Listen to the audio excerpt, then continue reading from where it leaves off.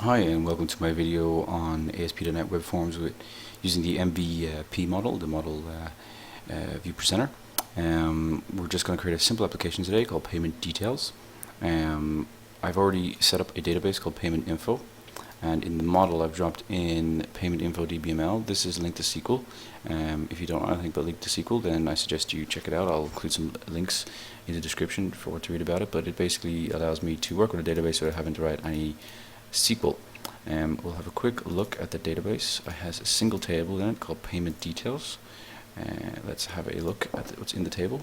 Okay, we have an ID, which is our primary key. We have first name, second name, card number, card expiry, card type, and card CVN. These are all just string values, and that's all is in the database at the moment. If we just quickly open up the Payment Info DBML, we'll see that it contains a payment detail object of what we have in the database. So like I said, have a look in the links in the description if you want to learn a bit more about linked to SQL. Maybe I'll do a video about it another time, but this allows us to create our application and store some details. Okay, so this is just a simple web application, and I've added in a model, presenter, and view folder. And what we're going to do is we're going to create a web form application that implements the MVP pattern. So we'll start off by adding in a web form. I'm going to call this web form Payment Details. And this is our view. The web form works as the actual view, but what we're going to do is, well, it's part of the view, it's the concrete implementation of the view. So what we're going to do in here is we're going to create a class in the view that's going to have a name associated with our web form. So I'm going to create, or an interface rather, I'm going to create an iPayment Details view, and I'm going to make this a public interface. And what we're going to do is we're going to declare some strings with getter and setter. Simple strings: first name, second name, card number, card expiry, card type, and card CVN, and these are literally just what's in the database. So this information is going to come from the view and make its way into the database using the MVP pattern. So what we want to do here in Payment Details is we want to have controls that are going to allow the user to enter this sort of information. So I'm just going to copy over some markup. Okay, so here we see we've got a simple web form with information in it. We've got some text box controls, a drop down list, and a button. So this is just going to capture the information that the user entered in. It's the UI. So in the code behind file, what we want to do is we want to implement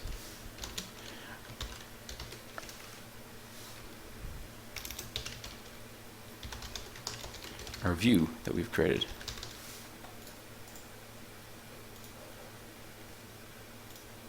And by implementing the view, we see that it automatically generated our getter and setter methods for first name, second name, card number, and basically the controls that are on our page. And what we want to do inside the getter and setter here is to get and set the controls that are on the page. So I'm going to copy in some code where I've completed this.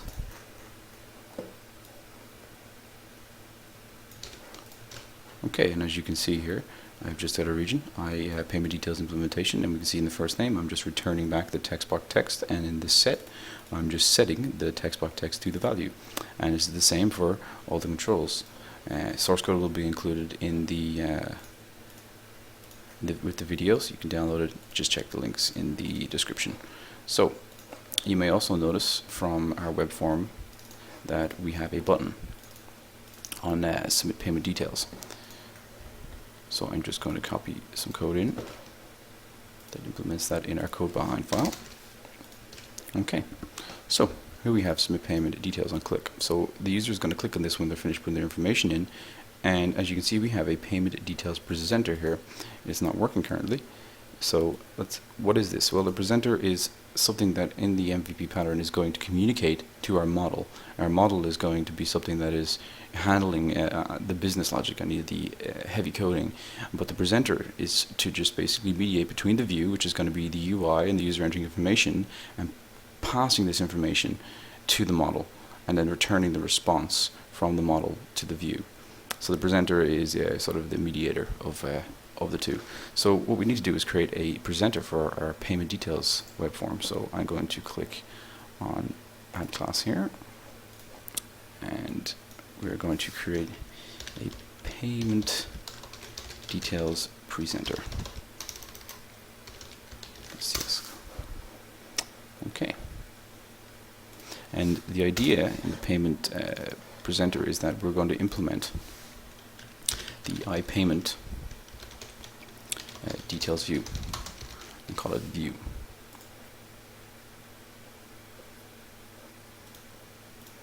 And the constructor for our particular class is maybe detailed presenter, but it's going to take an instance of payment details view, and we're going to set that view to the one we just created there. Okay. And the idea now of the presenter, if you look back here in our code behind file, is that when we create it, and we just resolve that there now, is that we have a function call called store payment details. So what we're doing is we're calling the function through the presenter, so we want to create that function.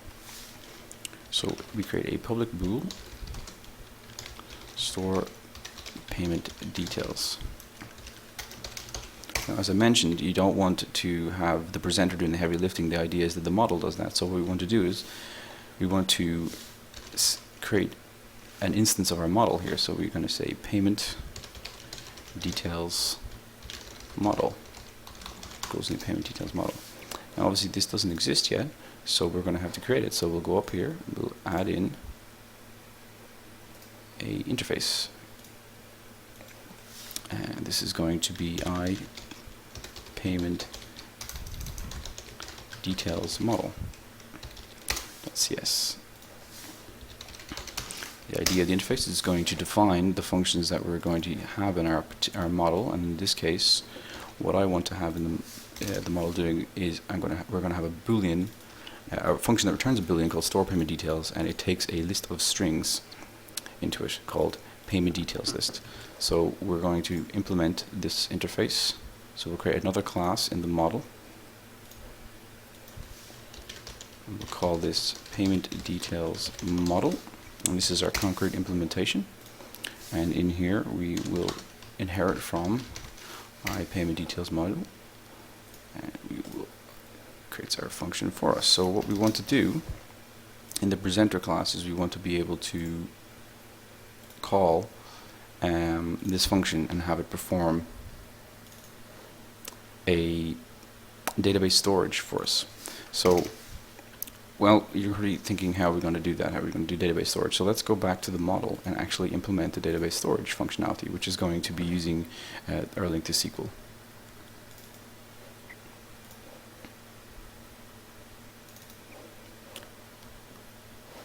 So I'm going to create a try catch.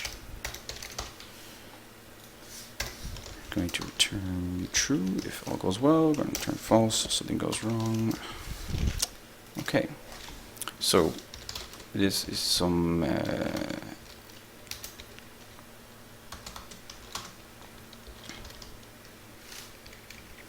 link to SQL code. Said there's links in the description if you want to know more about how to work with link to SQL, but it basically allows me to write code without having to worry about SQL. So you can see in here we have our different elements of our database, and we're able to set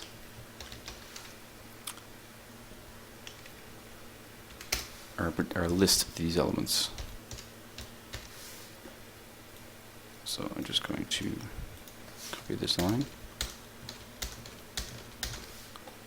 and we're just going to have second name, card number,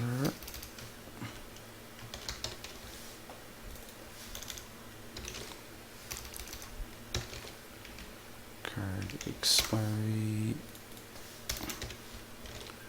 card type, and card CVN, and we're just going to have these in our list in specific spots.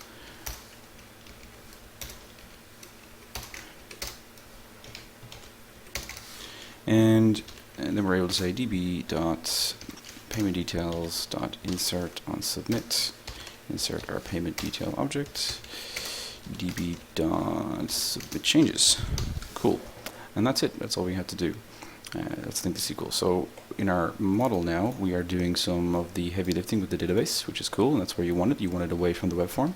So in the presenter now that we create a instance of model, we want to be able to call upon our model to perform this action for us. So I'm just going to copy in some code here. So you can see I'm creating a list of type string, which is what our model requires when we call this function.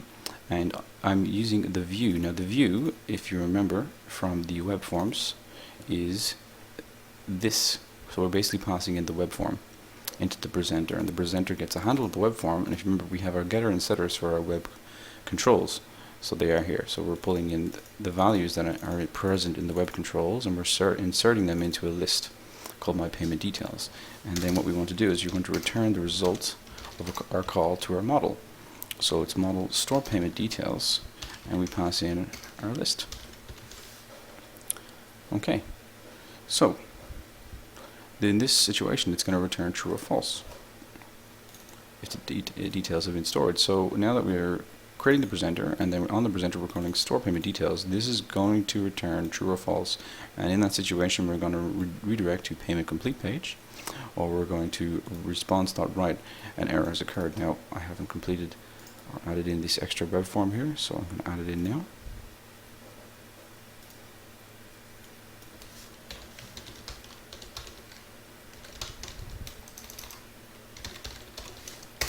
Payment complete.aspx, and I'm just going to put in a h1 tag. Thank you for your payment. Going to build. Okay, and just show you there's nothing in the database at the minute. I'll open up the table data real quick. It's currently blank. Cool, that's what we want.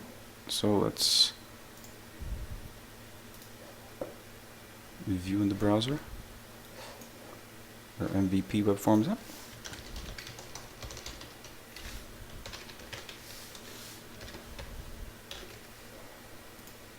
Visa CVN123, click submit. Okay, thank you for your payment. Cool. Let's check and make sure it's gone into our database.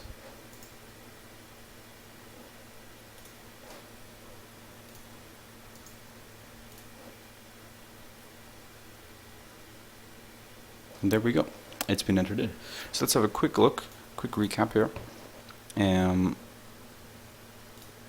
What happened is we have successfully created our web form. It looks like a normal web form, but when we look into the code behind file, we see that there's not a lot of code in it. All we have is a bunch of getter setters for our controls on the page, and then on our click event here, we are calling the presenter. We're passing a reference of this web form into the presenter, and then we're saying presenter store payment details. So we have separated out and made a very clean code behind file here for our web form. And if we look in our presenter, we can see that the presenter then, well, when it's constructed, it gets a handle of our view, which is our web form, and then we use the web form here to create a list of type string. We create an instance of our model, and we ask our model to store the payment details, and we return the response. And if we look at the model, in the model here, we've done the heavy lifting with the database code. Now, if we had put all of this code into our code behind file here, it would have been quite a large code behind file, and it would have been difficult to follow. But because we've separated it out, it's nice and easy to understand, and you can see why the model view, the MVP, model view presenter pattern, is quite popular when it comes to working with web forms. It allows you to easily separate your logic and create very maintainable and updatable code. So I'm going to include any information in the links, and please leave a comment if you would, if you're having problems understanding it, or if you need me to make any changes. Thanks for watching.